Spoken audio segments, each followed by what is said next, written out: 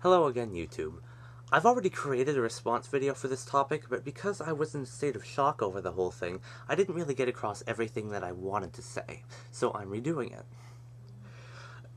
I think pretty much everybody who would be watching this video now knows about the big story about Viacom going after every YouTube user's personal information, including our IP address.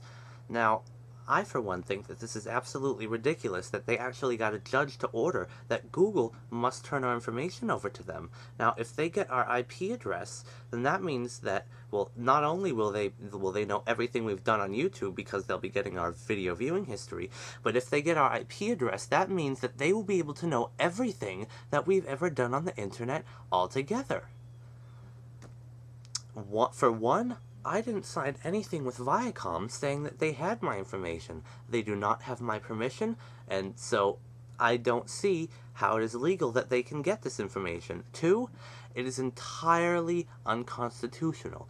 It is in direct violation of the Fourth Amendment of the United States Constitution. Now, the Fourth Amendment states, and I quote, you can look this up for yourself, but it says, one moment, the right of the people to be secure in their persons, houses, papers, and effects against unreasonable searches or seizures shall not be violated, and no warrants shall issue but upon probable cause, supported by oath or affirmation, and particularly describing the place to be searched and the persons or things to be seized.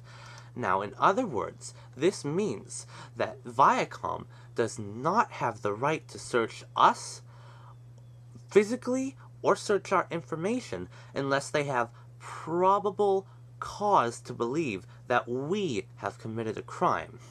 Being a member of a site that does not base its fame on being a group of criminals is in no way probable cause. They are violating the Constitution that the founders of this country laid down. Now we, as not only a YouTube community, but as Americans, should not stand for this. Now, what can we do to fight back? It's simple. This is a suggestion, not an order, obviously. But you can boycott Viacom. You can boycott everything that Viacom makes. Now, Viacom owns a lot of companies.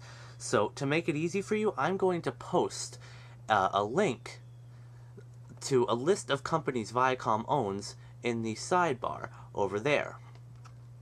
I'm not entirely certain if it's a complete list, but it's the most conclusive list that I could find without visiting a Viacom-owned website.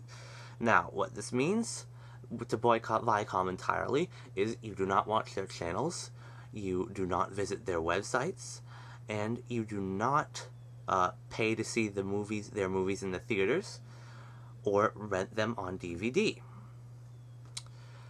It's simple, and this will be effective, but only if enough people do it. Now what this will do is Viacom cannot pull its money out of thin air.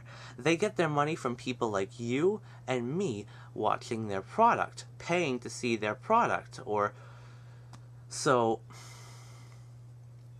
if we do not view their product, then their money will go down. And that will send a message that we are not a bunch of little nobodies that will just take our constitutional rights being violated by somebody just because they have money to throw around.